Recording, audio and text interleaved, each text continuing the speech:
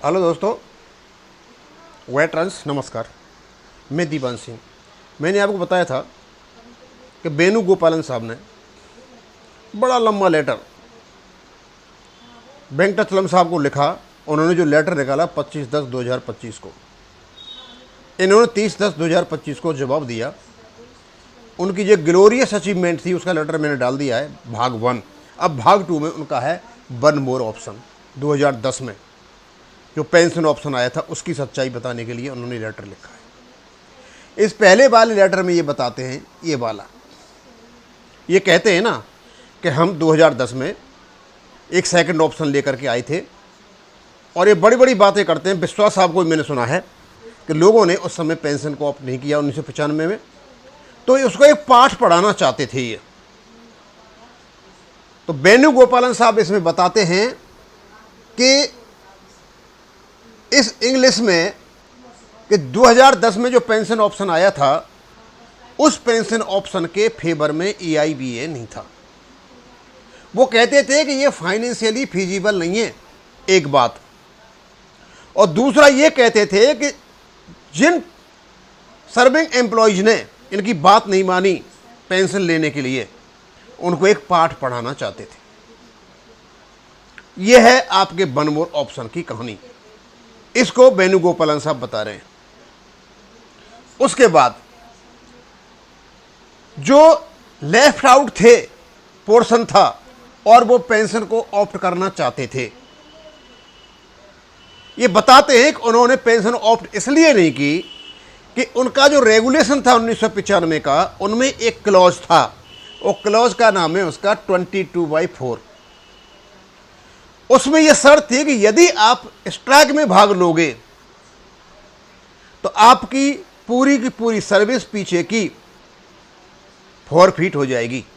इस डर की वजह से पेंशनर्स ने पेंशन ऑप्ट नहीं किया था। और जब 1998 में रेगुलेशन को मॉडिफाई किया गया, उस क्लॉज को हटा दिया गया कि आपकी सर्विस फॉरफिट नहीं होगी, तो फिर यह मांग और तेज बढ़ गई कि हमें भाई पेंशन ऑप्शन चाहिए। और एक पेंशन ऑप्शन 27/4/2010 को आता है। और इसकी बताते हैं ये काफी ग्रेट अचीवमेंट था UFBA का। लेकिन इसमें इनने क्या किया, इसमें बताते हैं ये कि 27/4/2010 का जो इनका नोटिफिकेशन था उसके अनुसार जो कर्मचारी काम पे थे, रोल पे थे, उनसे इन्होंने 2.8 2007 की बेसिक पे का ले लिया, यानी जिन्होंने पेंशन ऑप्ट नहीं की थी 2.8। और जो रिटायर्ड कर्मचारी ऑलरेडी चले गए थे उनका जो CPF था उसका 56%, यानी 1 लाख था तो उसका 1.5 लाख, 2 लाख था तो 56% 3 लाख। इस प्रकार पैसा उनसे ले लिया। ये सेकंड वाले में बताते हैं, और सारी कहानी बहुत कुछ उन्होंने बताई है यहां पे। और ये सब कुछ बताने के बाद ये बताते हैं कि जिन्होंने जो पेंशन लागू की वो की 27/11/2009 से, यानी 27/11/2009 से पहले कोई आदमी रिटायर हुआ है या मतलब पेंशन यहां से चालू होगी, यानी जो सर्विस कर रहे थे उनको तो कोई नुकसान नहीं हुआ, जैसे वो रिटायर हुए उनको पेंशन मिलना शुरू हो गया। लेकिन जो आदमी 27/11/2009 से पहले 31/10/2009 में भी रिटायर हुआ होगा उसको 26 दिन का नुकसान हो गया। और जो व्यक्ति 27/11/2009 से पहले 10 साल से पहले रिटायर हो गया था उसको 10 साल 26 महीने का नुकसान हो गया।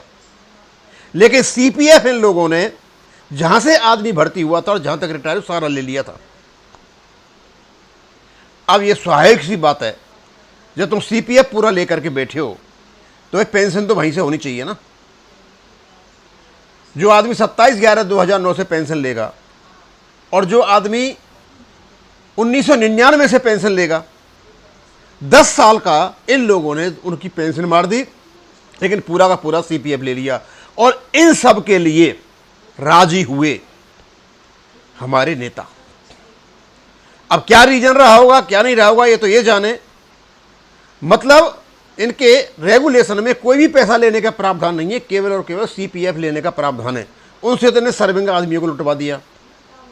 और जो रिजाइनी चले गए सीपीएफ ने जमा कराना था 6% इंटरेस्ट के साथ, उनसे 56% और ज़्यादा ले लिया गया। अब ये सारी कहानी जो आ रही है ना, ये वेंकटाचलम साहब क्या नाम अपने वेणुगोपालन साहब बता रहे हैं। तो ये सारी जो चीज़ें बताई हुई हैं, अब ये कहते हैं वेणुगोपालन साहब, क्योंकि मैं इंग्लिश पढ़ूंगा तो बहुत लंबा चौड़ा हो जाएगा, और थोड़ा सा मैं पढ़ देता हूँ लास्ट वाला, क्योंकि बहुत इंपॉर्टेंट है, इसमें कुछ केस भी चले हुए हैं। For those who opted for pension on the basis of the settlement और joint note, pension was payable from 27/11/2009 से पेंशन पेएबल थी, instead of from the date of following the date of retirement. The employee on rolls who retire after this date will not lose pension for even a single day. 3 category बन गई। जो employee इस date के बाद भी retire हुए, उनको एक दिन का भी पेंशन नहीं गंवाना पड़ा। Will lose pension for varying period. One who retired on 31/10/2009 was losing pension for a mere 26 days, and one who retired 10 years back was losing it for 10 years and 26 days.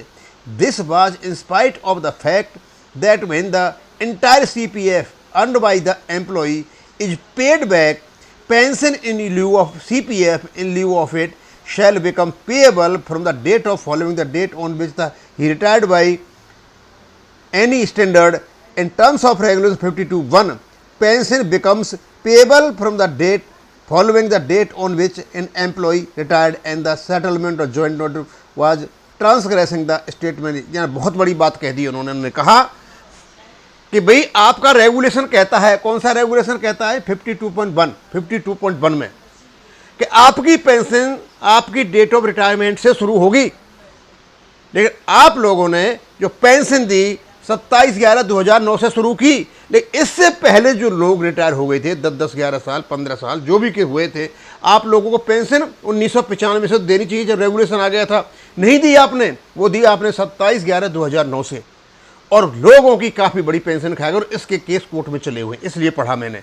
अब ये जो चीज़ है हमने कभी आपको नहीं बताया, लेकिन शायद हो सकता है ये चीज़ वेंकटाचलम साहब को पता नहीं हो, क्योंकि इसमें 3 प्रकार के पेंशनर हो गए।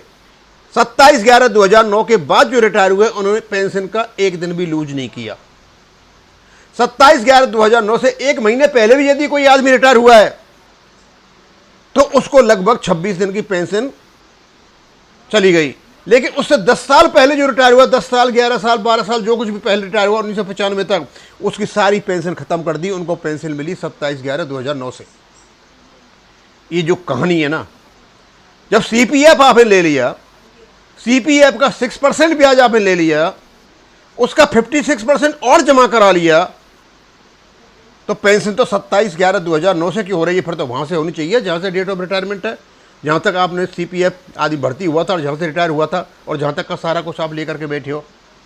अब सवाल ये उठता है, वेंकटाचलम साहब आप कहते हो ना आपने सेकंड ऑप्शन लेकर के आए थे, ठीक है सेकंड ऑप्शन लेकर के आए थे, उसमें गलती लोगों की यह भी थी, रेगुलेशन की ही गलती थी जैसा बता रहे हैं कि यदि स्ट्राइक में भाग लोगे तो आपकी पीछे की जो सर्विस है फॉरफिट हो जाएगी। दूसरा यह भी था, कैलकुलेशन ये आ रहा था कि हमें पेंशन में फ़ायदा है, फ़ायदा नहीं है, उसमें फ़ायदा कोई कारण कुछ भी रहा हो। लेकिन उसके बाद ये तो देखते सर, जब आपने 27/10/2010 को 27/4/2010 को बेस पे जो सेकंड ऑप्शन दिलाया, तो पेंशन तो सर वहाँ से दिलाते जहाँ से आदमी रिटायर हुआ था। आप पेंशन दिलाते हो 27/11/2009 से, इससे 10 साल पहले जो आदमी रिटायर हुआ था, और उसने आपका सीपीएफ भी दे दिया, इंटरेस्ट भी दे दिया, 56% भी दे दिया, तो सर आप ये बताइए जो आदमी जहाँ से रिटायर हुआ था वहाँ से पेंशन क्यों नहीं मिली? आपने कभी ये पॉइंट उठाया? शायद आपने कभी ये पॉइंट नहीं उठाया। ये बात मेरे को ही पता नहीं थी, ये बात मुझे वेणुगोपालन साहब से पता चला है। अब इसके भी हम वीडियो बनाएंगे कि उनके साथ क्या क्या हुआ। इस प्रकार के केस भी चले हुए हैं, कोर्टों में केस चले हुए हैं इसके। शायद कमल पाटनी साहब का भी ये केस चला हुआ है कि उनका रिटायर जो हुए थे उस डेट से पेंशन नहीं मिल रही है, उनकी पेंशन मिल रही है उनको 27/11/2009 से। आज ऐसे काफ़ी केसेज हैं जो रिटायरीज थे 27/11/2009 से पहले जो रिटायर हो गए थे, उनको पेंशन वहाँ से मिलनी चाहिए जहाँ से वो रिटायर हुए थे, लेकिन पेंशन मिल रही है उनको 27/11/2009 से। ये बड़ी ज़बरदस्त एनोमली है। शायद इसके कोर्ट में केस चले हुए हैं। अब इसको मैं यहीं खत्म करूँगा। थैंक यू, धन्यवाद।